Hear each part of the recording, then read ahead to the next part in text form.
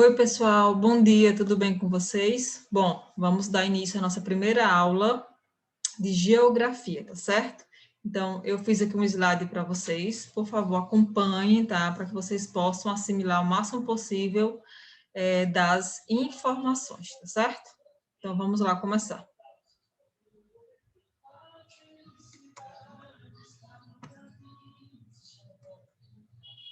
Pronto. A primeira pergunta é: o que é geografia? O que é que vocês entendem por geografia, tá? Aí ele fala aqui, ó. É a ciência que trata da descrição da Terra, é o que muitos afirmam, né, que a geografia é o estudo do planeta Terra, mas será que é só isso? Será que ela só estuda a Terra, né?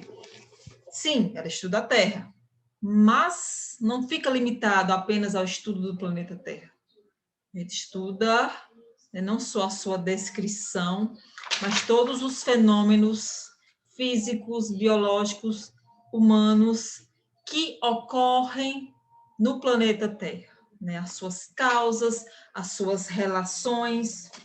Na verdade, a geografia, ela o quê? Ela nos ajuda a conhecer o mundo que a gente vive, a entender como é que a sociedade age, se relaciona com a natureza, compreender o lugar onde vivemos. Então, observe que a geografia como disciplina, né, como ciência, ela tem uma larga, né, significado, tá? Ela não fica presa apenas ao estudo do planeta Terra, apenas descrever ela, mas ela vai partir por vários ideais também. E um dos mais importantes em relação à geografia é a gente poder conhecer o mundo aonde nós vivemos, ok? Vamos lá. Um dos conceitos básicos da geografia é paisagem. Mas o que será que é paisagem?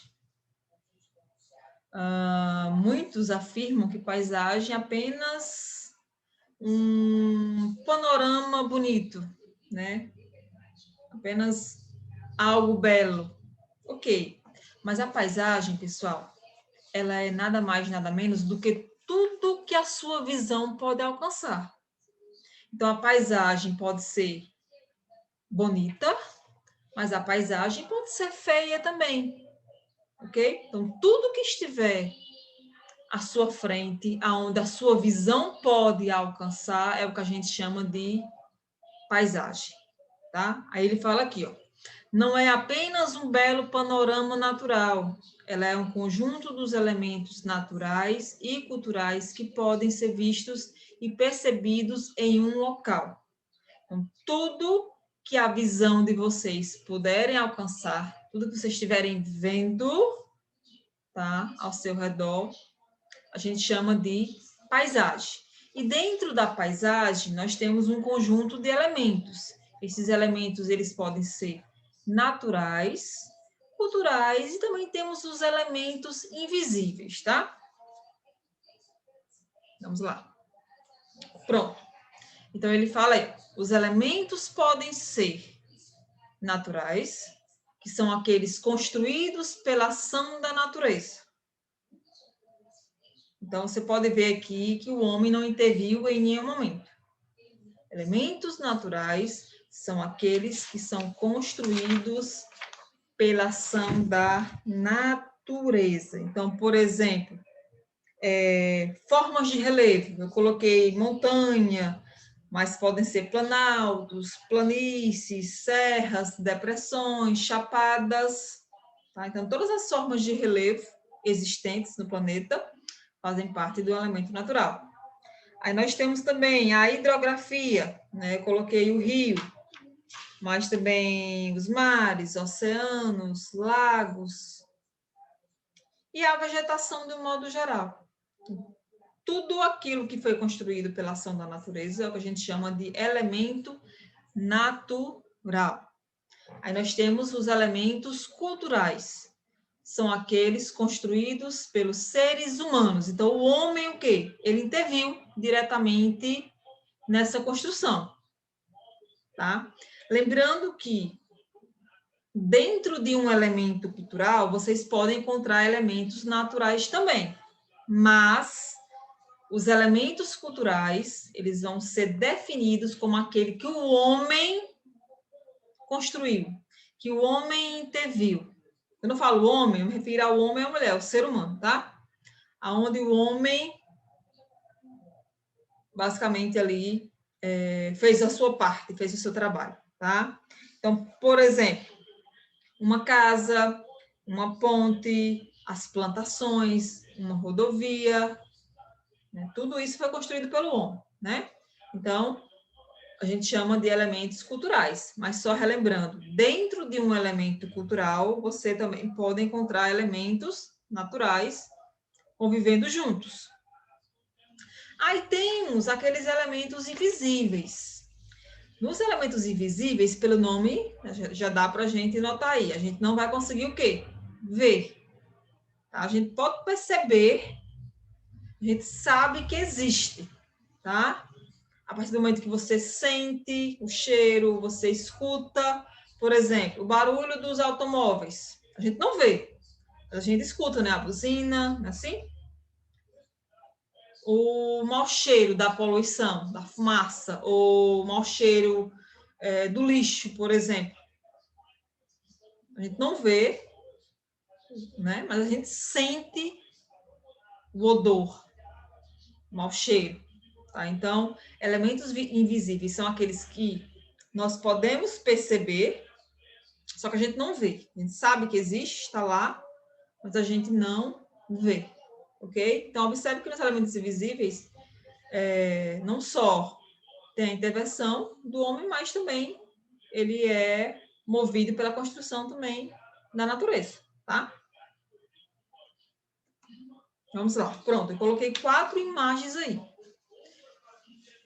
Bom, nas 4 imagens nós temos tanto elementos naturais como nós temos elementos culturais. Na primeira imagem aí, é uma imagem lá de Fernando de Noronha, né, que é uma ilha brasileira que pertence ao estado de Pernambuco. Então, vocês podem ver na imagem que não tem nenhuma intervenção humana, tá? Pelo menos não na imagem, ok? Mas, claro, hoje lá em Fernando de Noronha, o homem, né, intervém diretamente. Mas na imagem que eu me refiro, vocês podem ver que nós temos aí os mares, né? A areia da praia, enfim, a vegetação. Observa que não tem nenhuma intervenção humana.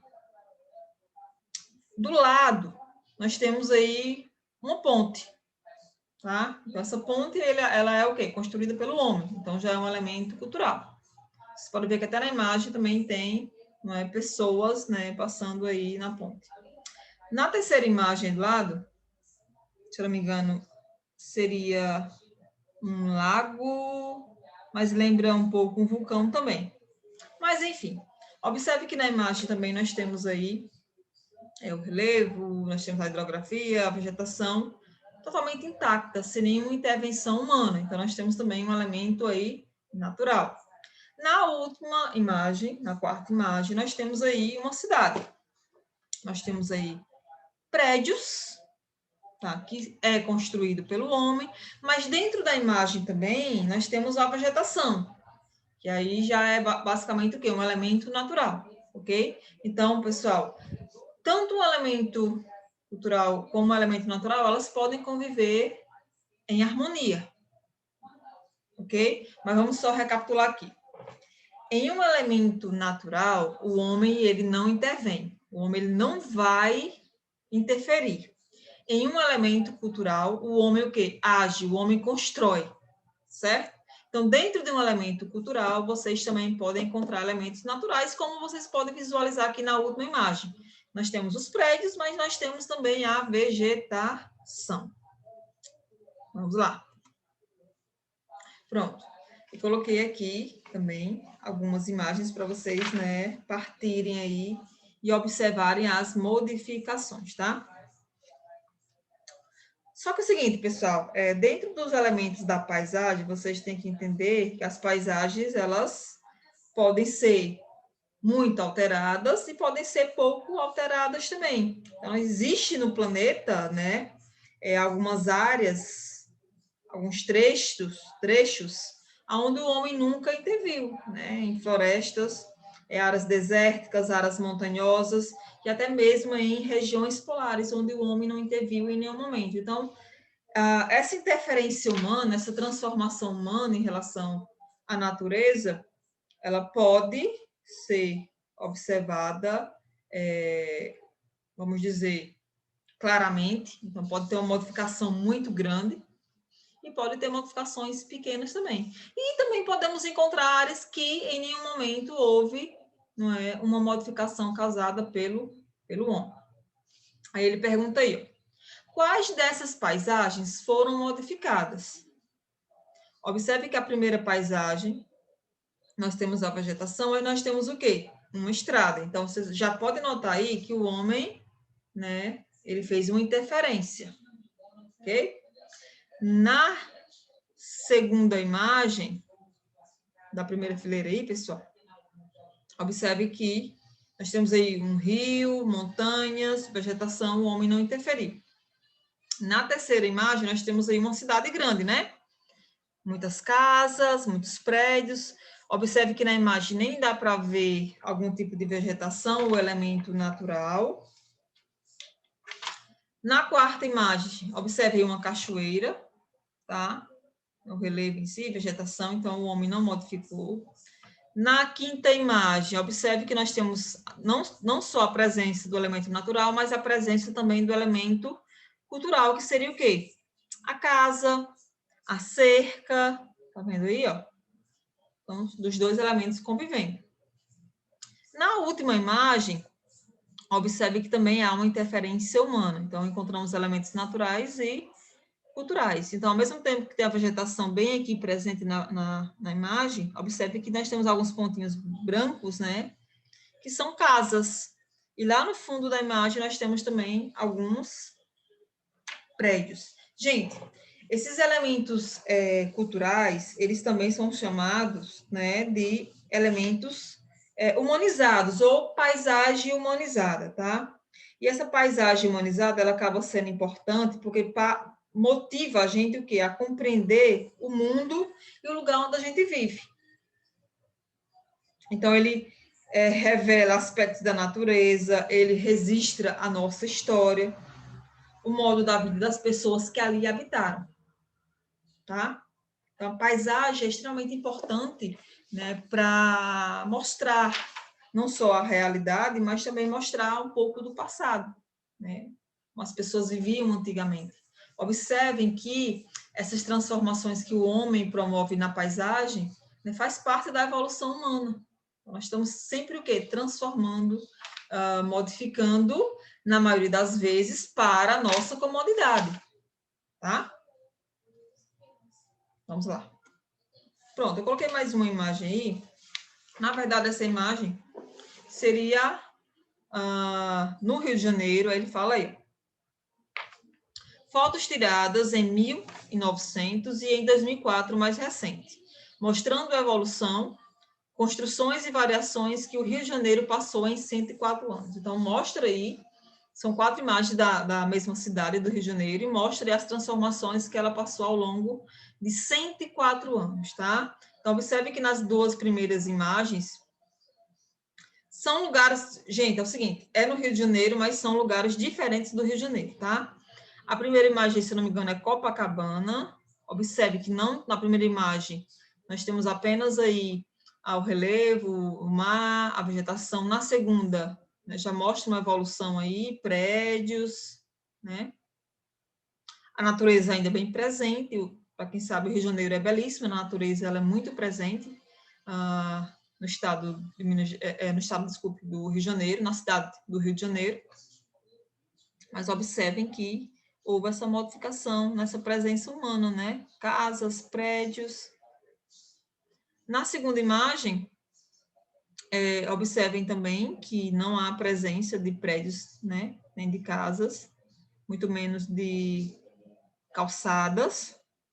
Então, é só a natureza aqui presente. E na segunda imagem, você vê a interferência do homem na construção dos prédios, basicamente aí nas calçadas, Então, isso, pessoal, toda essa modificação, essa mudança, ela ocorreu no período de 104 anos, tá? As mudanças, elas podem acontecer rapidamente, podem acontecer tardiamente também. Então, acho que depende muito da sociedade, né? Depende muito, né, das suas inovações, das tecnologias que vão surgindo. Então, a sociedade, o ser humano está sempre se evoluindo.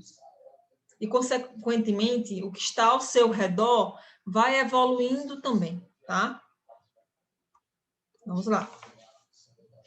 Aí ele fala aí, impactos das intervenções humanas.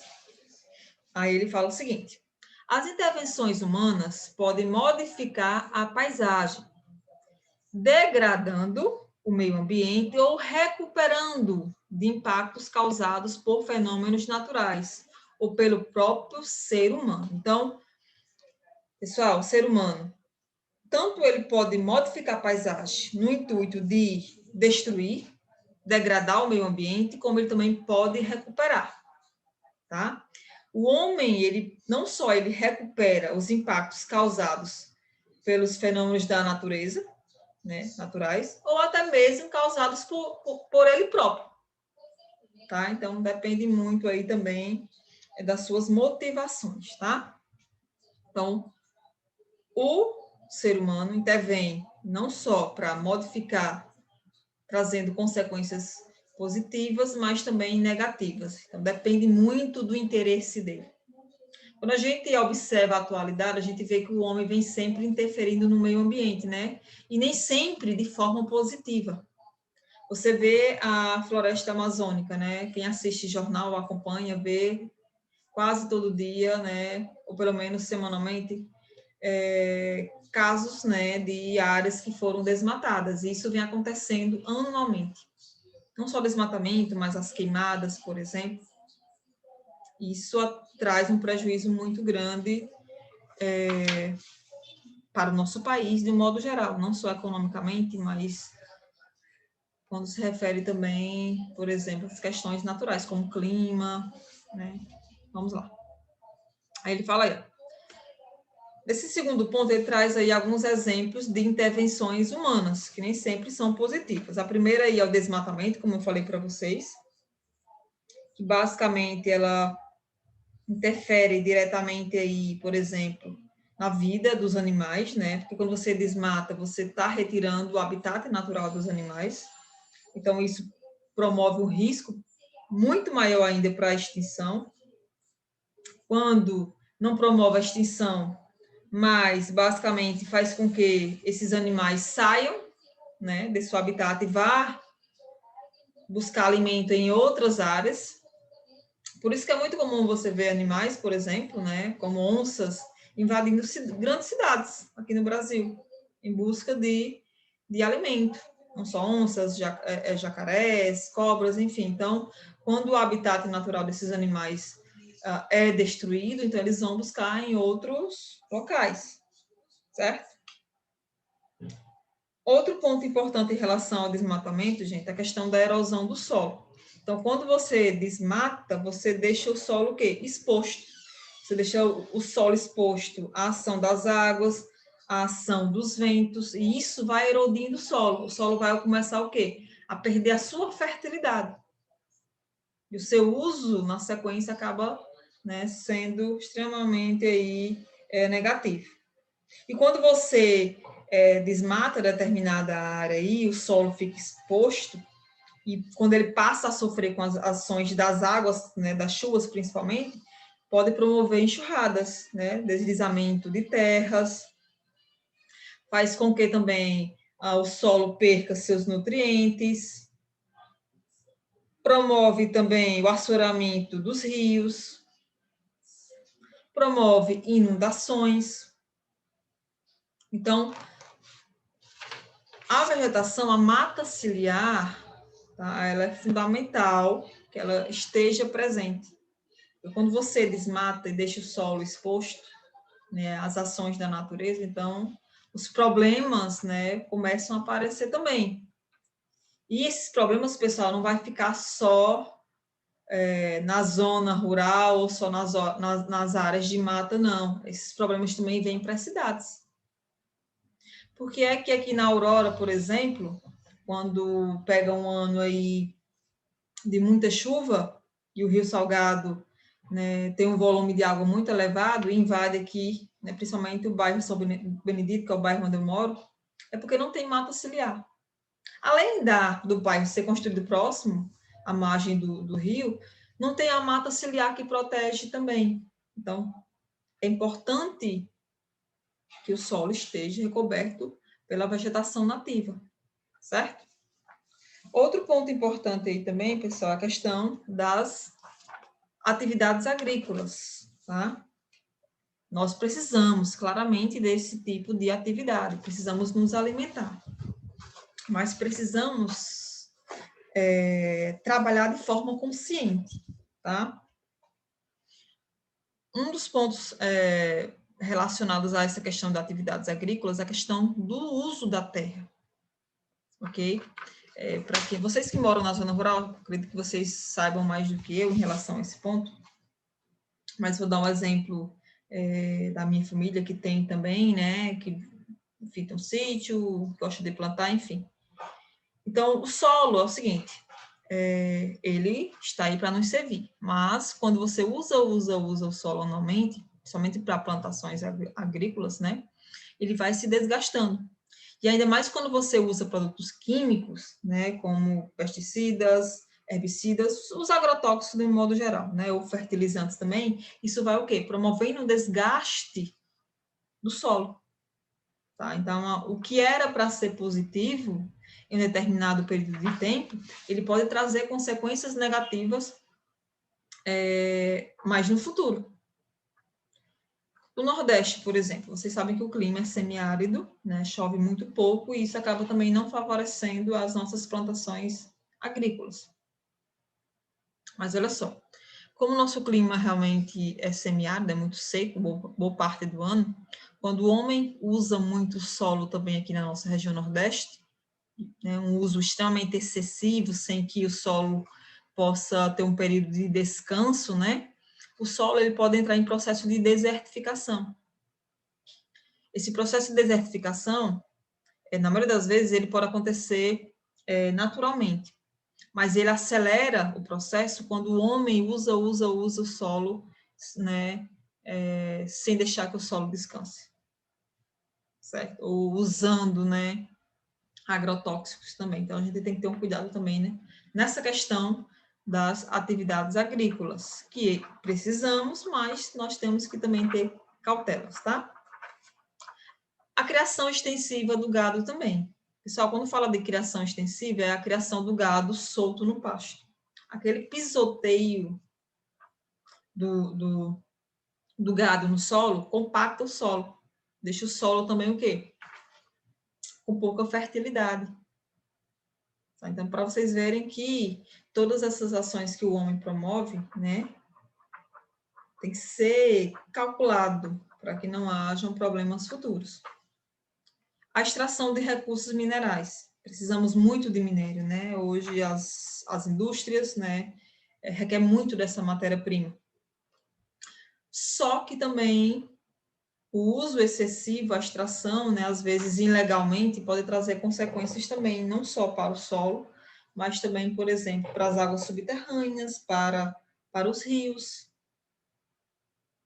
Além de que os dejetos, né, da extração desses recursos minerais, na maioria das vezes são tóxicos e pode prejudicar não só a natureza, mas também nós, seres humanos, né, que dependemos da natureza para sobreviver. Muitos podem até achar que não, mas sim, precisamos da natureza para sobreviver, sim. Então, precisamos o quê? Cuidar bem dela, né? Outro processo aí também, gente, é o represamento de rios para geração de energia elétrica ou para irrigação de plantações. Esse represamento de rios, pessoal, ele muda o curso das águas, né? E isso acaba favorecendo a ocupação humana de determinados lugares, tá? Outro ponto importante que ele fala aí é a questão também do lançamento de resíduos, né? Dos resíduos, principalmente sólidos, né? Promovidos pelas indústrias, o lixo doméstico também, os esgotos. Então, tudo isso pode prejudicar as águas, né, da superfície, como também as águas do subsolo terrestre, tá? Então, observem, pessoal, de um modo geral, que o homem, ele intervém de diversas formas, na maioria das vezes, com o intuito de se beneficiar. Essa é a intenção. Mas olha só, gente, não é que seja errado se beneficiar da natureza, mas a natureza, ela precisa também, né, se regenerar. Então, quando o homem só usa e não dá aquele espaço para que a natureza se recomponha, chega uma hora que ela não vai mais ter o que nos oferecer. É por isso que é muito questionada essa questão da poluição, né, do aquecimento global. Então, muitos países, principalmente países desenvolvidos, sempre pensando em produzir, acumular muito dinheiro, muito capital. Isso acaba poluindo não só a atmosfera, mas também a hidrosfera, enfim. Isso acaba gerando problemas futuros. A gente está sofrendo, né? O aquecimento global, ele é um fenômeno natural, mas quando o homem, né, basicamente polui, ele acelera esse processo. É por isso que a temperatura do nosso planeta, né, a cada ano ela aumenta aí 1 grauzinho. Vamos lá. Vocês vão entender um pouco mais sobre essas temáticas também mais na frente, tá? Não vou querer acelerar o processo, não. Vamos lá. Aí ele fala aí, as paisagens naturais preservadas. Uma paisagem preservada é importante por quê? Primeiro ponto que ele cita aí. Garante a proteção de espécies vegetais e animais do risco de extinção. Então, quando você preserva uma paisagem, você protege o habitat, não só de espécies da vegetação, mas também dos animais, principalmente aí de correr o risco de ser extintos. Quando eu falo correr o risco de ser extinto, é basicamente porque não existe mais no planeta, tá, pessoal? Então, nós temos aí muitos animais, muitas plantas que já foram extintas e temos muitas outras milhares que estão em risco de extinção. Segundo ponto, são fontes de pesquisas científicas. Observem que a natureza, gente, ela acaba sendo uma ferramenta fundamental para a ciência. Então, precisamos dela para fazer pesquisas, estudos. Ok? Terceiro ponto. Algumas espécies de vegetais podem ser utilizadas na medicina.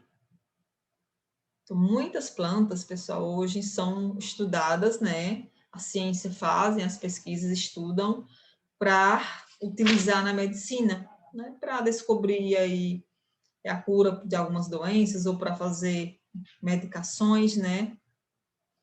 Quarto ponto, favorecer o desenvolvimento do turismo. Vou citar principalmente o exemplo aqui no Brasil. O Brasil é um país, né, onde a economia ela é voltada muito para a indústria, para a agropecuária, mas o turismo vem crescendo muito aqui no Brasil.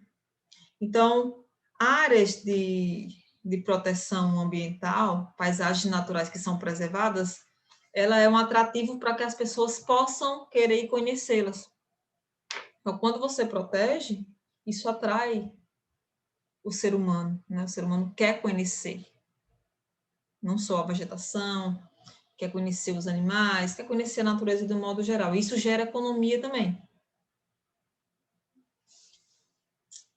Quinto ponto, ele fala aí, garanta a manutenção e proteção das comunidades ribeirinhas e indígenas. Vocês sabem, principalmente aqui no Brasil, que nós temos muitas comunidades ribeirinhas e indígenas, na qual sofrem bastante, né, com esses não cuidados com o meio ambiente.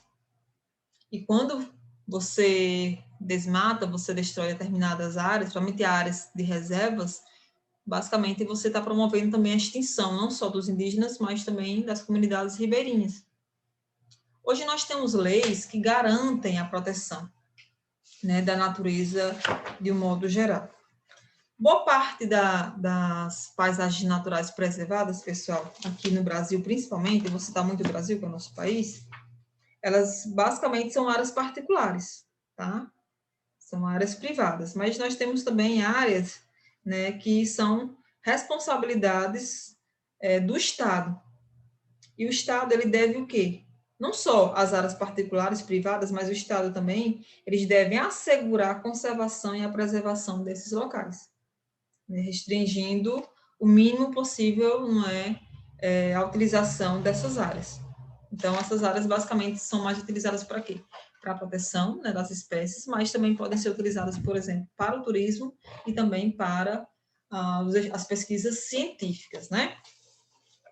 Mas olha só, existem algumas leis que protegem muitas áreas, né, naturais aqui no Brasil, como, por exemplo, o novo Código Florestal Brasileiro, a Política Nacional do Meio Ambiente, a criação do IBAMA, né, o próprio IBAMA, é uma instituição que promove esses cuidados, a Política Nacional de Resíduos Sólidos. Eu citei aqui quatro leis, mas existem várias outras leis, né, no Brasil, que são basicamente leis que tentam garantir, assegurar a preservação, né, da natureza, de determinadas áreas, né, naturais aqui no Brasil.